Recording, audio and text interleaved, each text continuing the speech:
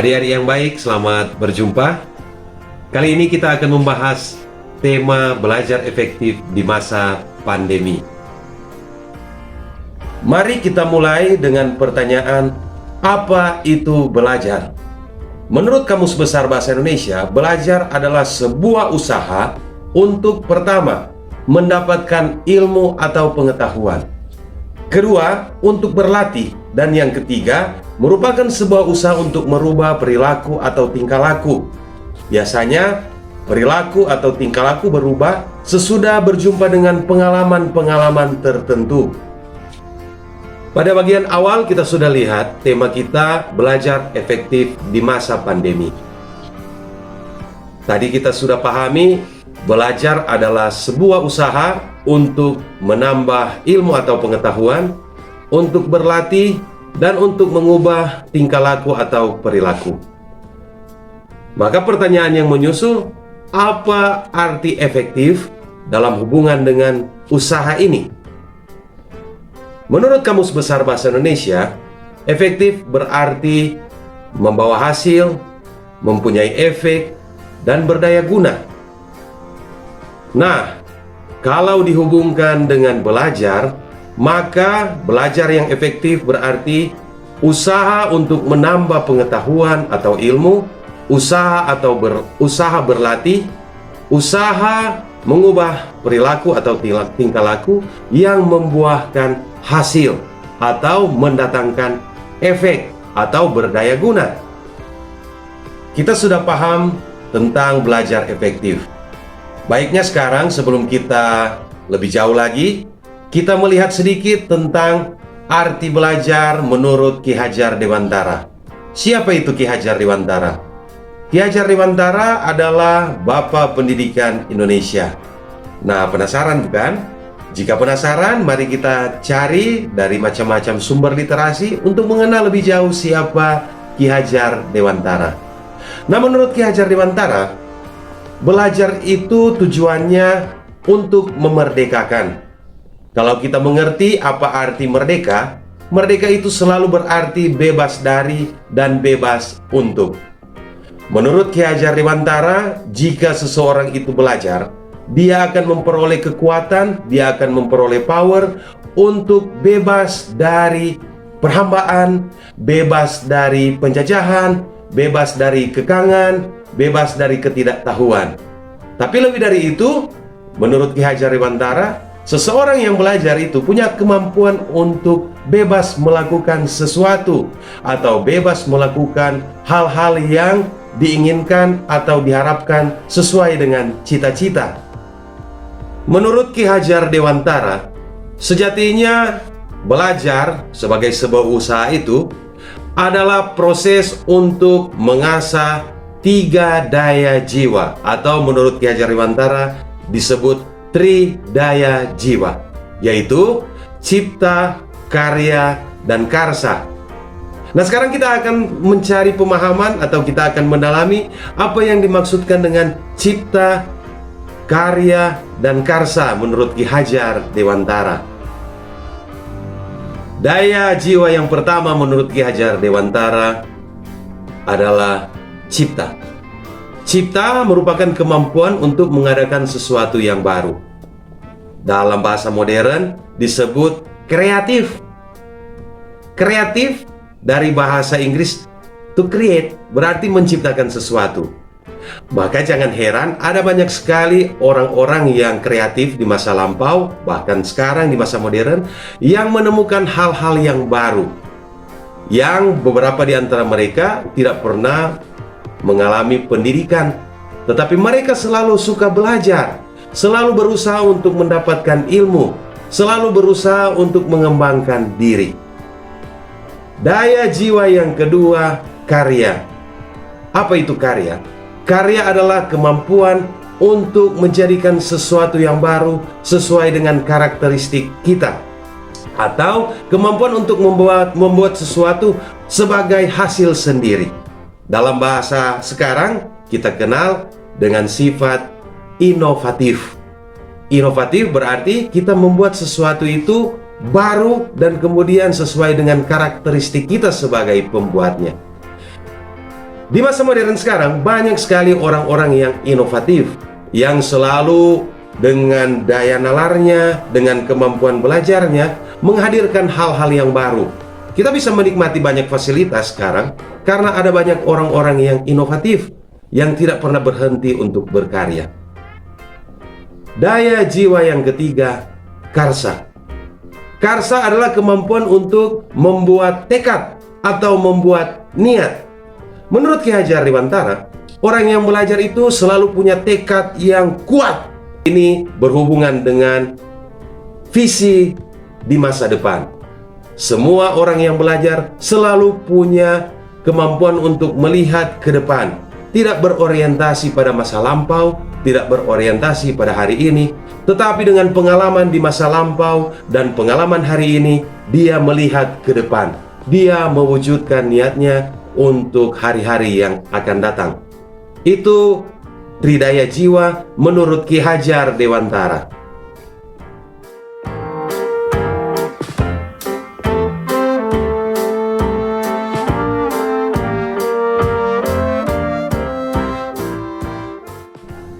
Kesimpulannya, belajar tidak peduli di mana tempatnya, tidak peduli bagaimana keadaannya, selalu merupakan sebuah usaha yang giat, usaha yang besar untuk mewujudkan kapasitas diri, mengembangkan kepribadian diri kita secara total.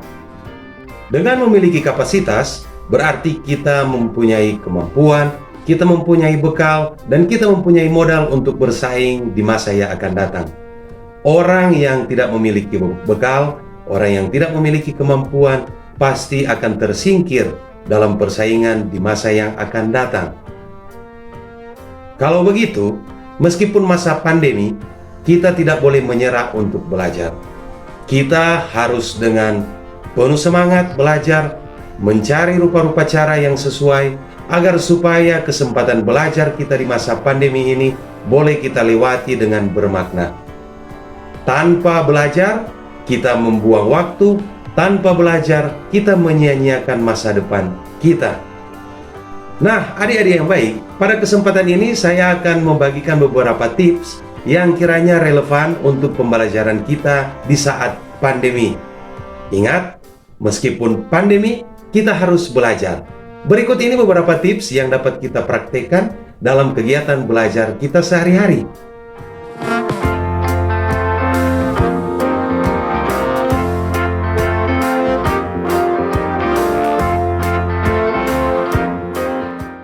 Yang pertama, jalin komunikasi dengan guru dan orang tua. Tanpa komunikasi, belajar di masa pandemi agaknya susah. Pentinglah untuk membangun komunikasi dengan guru dan orang tua. Di rumah, orang tua bisa menjadi tempat kita bertanya, orang tua bisa membantu kita untuk belajar. Tetapi kita tidak boleh mengabaikan komunikasi kita dengan guru. Sebab guru adalah fasilitator utama kegiatan pembelajaran kita di sekolah. Kedua, membuat rencana belajar. Pastikan kita memiliki jadwal pembelajaran di sekolah. Sebab jadwal pembelajaran di sekolah akan membantu kita untuk belajar secara terarah. Dengan modal jadwal pembelajaran dari sekolah, kita bisa membuat rencana-rencana lanjutan agar kegiatan belajar kita bisa maksimal dan bisa efektif. Ketiga, berilah motivasi untuk diri sendiri. Ada kecenderungan kita menjadi bosan ketika belajar di masa pandemi. Maka pentinglah bagi kita untuk memberi motivasi terhadap diri kita sendiri. Motivasi yang utama datang bukan dari luar diri kita, tetapi datang dan berkembang dalam diri kita. Berhubungan dengan motivasi diri, sebaiknya kita memberi prioritas pada pembelajaran-pembelajaran yang sudah terstruktur dan sistematis yang diberikan oleh sekolah kepada kita. Kita tidak boleh memberi prioritas pada bermain game, sebab bermain game dapat melunturkan motivasi belajar kita. Keempat, lakukan latihan mandiri secara rutin. Allah bisa karena biasa. ungkapan lama tetapi masih sesuai dengan zaman sekarang. Lakukan latihan mandiri secara rutin. Hal ini mungkin kalau kita bisa membangun komunikasi yang baik dengan guru dan orang tua. Tidak usah kita merasa takut salah, karena latihan mandiri secara rutin dapat dimulai kalaupun kita mulai dari kesalahan-kesalahan kecil. Dari kesalahan-kesalahan kecil, kita dapat belajar untuk memperbaikinya. Ingat, jalin komunikasi agar latihan mandiri dapat kita lakukan dengan efektif. Kelima, siapkan fasilitas yang menunjang. Benarlah bahwa belajar di masa pandemi perlu fasilitas yang menunjang. Tapi ingat, tidak perlu yang canggih dan mahal. Yang penting bisa digunakan. Yang harus kita buat adalah menyiapkan fasilitas-fasilitas itu agar bisa dioperasikan saat kita membutuhkannya. Keenam, jagalah kesehatan. Jagalah kesehatan kita, karena jika kita sakit, pasti kita tidak akan belajar dengan baik. Kesehatan kita dapat dijaga dengan makan yang teratur, pola istirahat yang baik, dan olahraga yang cukup. Pastikan tubuh kita tetap sehat dan bugar agar pembelajaran kita di masa pandemi ini boleh berhasil dan boleh efektif. 7. Lengkapi dengan bimbingan belajar. Guru bukan satu-satunya sumber informasi. Kita bisa dapatkan informasi dari macam-macam sumber. Tergantung siapa yang memfasilitasi kita dan dengan cara apa fasilitator itu mengajarkan kita. Bimbingan belajar sangat penting di masa pandemi. Ada bimbingan belajar yang berbayar, ada bimbingan belajar yang gratis, tak berbayar. Bijaksanalah kita mencari bimbingan belajar, sebab bimbingan belajar itu dapat membantu kita belajar di masa pandemi. Untuk tips ini, saya akan menunjukkan salah satu bimbingan belajar gratis yang dapat kita pakai, yang bisa membantu kita untuk belajar. Rumah Belajar adalah salah satu bimbingan belajar gratis atau tidak berbayar. Kita dapat menggunakan portal Rumah Belajar sebagai alat bantu untuk membimbing kita belajar secara mandiri atau membantu kita belajar secara berkelompok. Cara mengakses portal Rumah Belajar mudah saja. Pastikan mesin pencari sudah siap pada perangkat gawai kita. Kita bisa langsung menuju ke portal Rumah Belajar.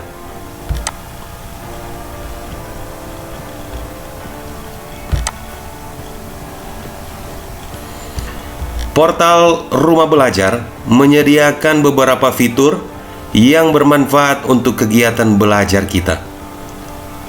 Fitur utamanya ada sumber belajar,